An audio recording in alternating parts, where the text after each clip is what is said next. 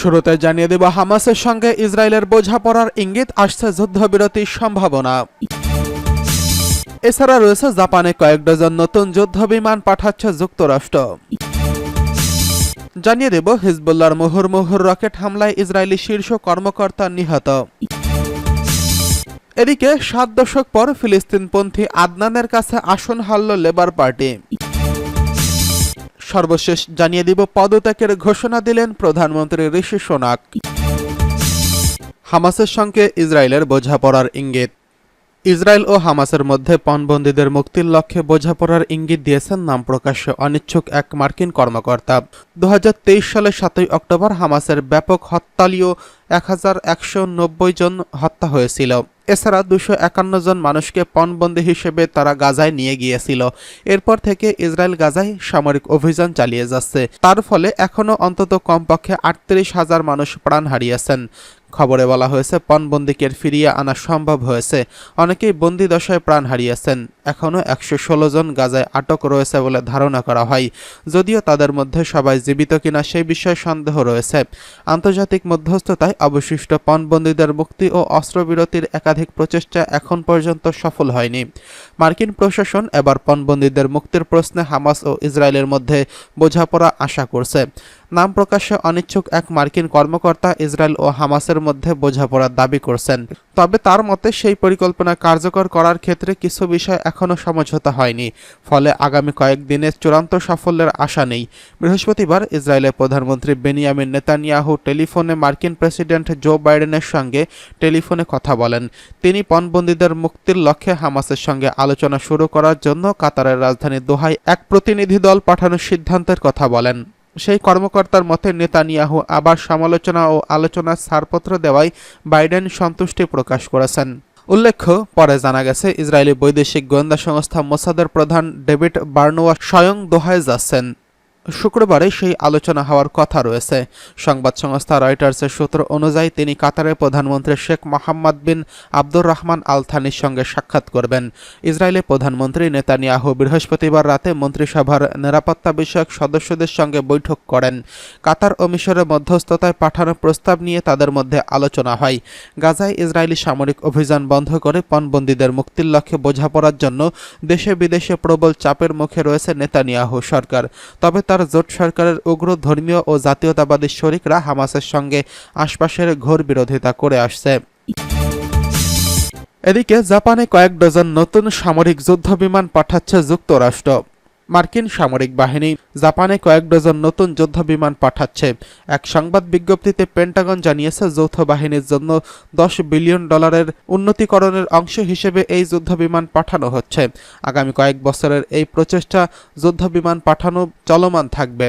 Pentagon আরও বলেছে এটি মার্কিন জাপান জোটের সম্পর্ক জোরদার করবে, আঞ্চলিক প্রতিরোধ ও ইন্দো প্যাসিফিক অঞ্চলে শান্তি ও স্থিতিশীলতা জোরদার করবে। সিএনএনের খবর অনুসারে আধুনিকীকরণের পরিকল্পনায় জাপানের মিসাওয়ারা বিমান ঘাঁটিতে 48টি পঞ্চম প্রজন্মের F-35 যুদ্ধবিমান এবং ওয়াকিনাওয়ার দক্ষিণাঞ্চলীয় দ্বীপ ওয়াকিনাওয়ার কাদেনা বিমান ঘাঁটিতে 36টি নতুন F-15 যুদ্ধবিমান মোতায়েন করা হবে। যুক্তরাষ্ট্র বলেছে জাপানের যৌথ বাহিনীর সবচেয়ে অত্যাধুনিক কৌশলগত বিমান মোতায়েন জাপানের প্রতিরক্ষা এবং একটি উন্মুক্ত ইন্দো প্যাসিফিক অঞ্চলে উভয় দেশের অভিন্ন দৃষ্টিভঙ্গির প্রতি মার্কিন প্রতিশ্রুতি প্রদর্শন করে। জাপান বলেছে দেশটিতে নতুন যুদ্ধবিমান ঘাঁটি স্থাপন করা হলে সেখানে যুক্তরাষ্ট্রের সক্ষমতা বাড়বে। এদিকে হিজবুল্লাহর মুহুর্মুহুর রকেট হামলায় ইসরায়েলি শীর্ষ কর্মকর্তা নিহত। লেবাননে ইসলামী প্রতিরোধ আন্দোলন হিজবুল্লাহর মুহুর্মুহুর রকেট হামলায় ইহুদিবাদী সেনাদের একজন মেজর পদমর্যাদার সেনা কর্মকর্তা নিহত হয়েছেন। ইসরায়েলের বর্বর সামরিক বাহিনীর হামলায় হিজবুল্লাহ সিনিয়র কমান্ডার হাজ আবু নামে শহীদ হওয়ার পর হিজবুল্লাহ অধিকৃত গোলান মালভূমির ইসরায়েলি সামরিক অবস্থান লক্ষ্য করে অন্তত 200টি রকেট নিক্ষেপ করে। এর পাশাপাশি হিজবুল্লাহ যোদ্ধারা বিস্ফোরক ভর্তি 20টি ড্রোন দিয়ে হামলা চালায়। ইসরায়েলের গণমাধ্যম জানিয়েছে নিহত সেনার নাম মেজর ইটাই গালেয়া। সে ইফতার রিজার্ভ আর্মড ব্রিগেড ডেপুটি কোম্পানির কমান্ডার হিসেবে দায়িত্ব পালন করছিলেন। টাইমস অফ ইসরায়েল বলেছে হিজবুল্লাহ রকেটে সরাসরি আঘাতে এই মেজর মারা যান। ইসরায়েলি গণমাধ্যম আরও বলেছে গত 9 মাসের মধ্যে গতকালই হিজবুল্লাহ সবচেয়ে বড় ধরনের রকেট অভিযান চালিয়েছে। এতে ইসরায়েলের উত্তরাঞ্চলে বহু জায়গায় ব্যাপক আগুন ধরে যায়। এবার 7 দশক পর ফিলিস্তিনপন্থী আদনানের কাছে আসন হারল লেবার পার্টি। যুক্তরাজ্যে সাধারণ নির্বাচনে নিরঙ্কুশ জয় পেয়েছে লেবার পার্টি। অন্যদিকে নির্বাচনে ভরাডুবি হয়েছে বর্তমান প্রেসিডেন্ট ঋষি সোনাকের। নির্বাচনের উত্তরাঞ্চলীয় সাবেক শিল্পনগরী ব্ল্যাকবার্নের লেবার পার্টি কর্নওয়ালিসকে হারিয়েছেন ফিলিস্তিনপন্থী সশস্ত্র প্রার্থী আদনান হোসাইন। এই আসনটিতে 69 বছর ধরে প্রতিনিধিত্ব করছে লেবার পার্টির আইন প্রণেতারা। নির্বাচনে 10,518 ভোট পেয়ে জয়ী হয়েছেন আদনান হোসাইন, আর পরাজিত হলেন হরলান 10,385 ভোট পেয়েছেন। সেই হিসেবে হাড্ডাহাড্ডি লড়াইয়ের মধ্যে 132 ভোটে হরলানকে হারিয়ে দেন রাজনীতিতে নতুন আসা আদনান। একই আসনে প্রতিদ্বন্দ্বিতা করে সাবেক ব্রিটিশ রাষ্ট্রদূত ক্রেইগ মারে পান 7,105 ভোট। ফিলিস্তিনপন্থী গাজায় প্ল্যাটফর্মে জর্জ গ্যালোয়েজের ওয়ার্কার্স পার্টি তৃতীয় স্থান লাভ করেন তিনি। 34 বছর বয়সী হোসেন পেশায় আইনজীবী। নির্বাচনে গাজাপন্থী প্ল্যাটফর্ম থেকে দাঁড়ান তিনি। তাকে সমর্থন দেয় সাবেক লেবার কাউন্সিলের একটি দল। লেবার দলের গাজা নীতিকে ঘিরে দলটি থেকে সরে যান এই কাউন্সিলররা। গত মে মাসের শুরুতে অনুষ্ঠিত হওয়া স্থানীয় সরকার নির্বাচনে দলটি ব্ল্যাকবার্ন বারের মতন দ্বিতীয় বৃহত্তম দল হিসেবে আবির্ভূত হয়। বিশ্লেষকদের মতে ফিলিস্তিনের গাজা উপত্যকায় ইসরায়েলের যুদ্ধ নিয়ে লেবার পার্টির অবস্থান দলটির অনেক ভোটারদের মধ্যে বিভক্তি ও অসন্তোষ রয়েছে। সেটিরই ইঙ্গিত স্বতন্ত্র প্রার্থী আদনানের এই জয়। এদিকে পদত্যাগের ঘোষণা দিলেন প্রধানমন্ত্রী ঋষি সোনাক। নির্বাচনে লজ্জাজনক হারের পর পদত্যাগের ঘোষণা দিয়েছেন কনজারভেটিভ পার্টির নেতা ও ব্রিটিশ প্রধানমন্ত্রী ঋষি সোনাক। দল থেকে তিনি পদত্যাগের ঘোষণা দিয়েছেন। ব্রিটিশ সংবাদ মাধ্যম বিবিসির এক প্রতিবেদনে এই তথ্য জানানো হয়েছে। প্রতিবেদনে বলা হয়েছে, আপাতত পদত্যাগ করলেও পরবর্তীতে উত্তরাধিকার না আসা পর্যন্ত তিনি দলের দায়িত্ব পালন করে যাবেন। প্রধানমন্ত্রীর বাসভবনের সামনে তিনি এই ঘোষণা দেন।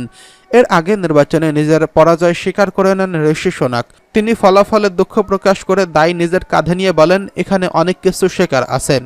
যুক্তরাজ্যে সাধারণ নির্বাচনের ফল ঘোষণা এখনও শেষ হয়নি। তার আগে নিজেদের পরাজয় নিশ্চিত করেছে লেবার পার্টি। এখন পর্যন্ত প্রাপ্ত নির্বাচনের ফলাফলে দেখা গেছে 370 আসনে জয় পেয়েছে লেবার পার্টি, যেখানে সরকার গঠনের প্রয়োজন ছিল 326 আসন। কনজারভেটিভ পার্টি পেয়েছে মাত্র 89টি আসন। এছাড়া লিবারেল ডেমোক্র্যাটরা 50টি আসন পেয়ে তৃতীয় স্থানে রয়েছে।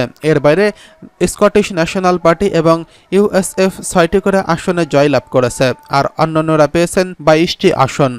প্রতিবেদনে বলা হয়েছে, আপাতত পদত্যাগ করলেও পরবর্তীতে উত্তরাধিকার না আসা পর্যন্ত তিনি দলের দায়িত্ব পালন করে যাবেন।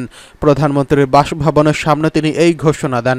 এর আগে নিজের নির্বাচনের পরাজয় স্বীকার করে নেন ঋষি সোনাক।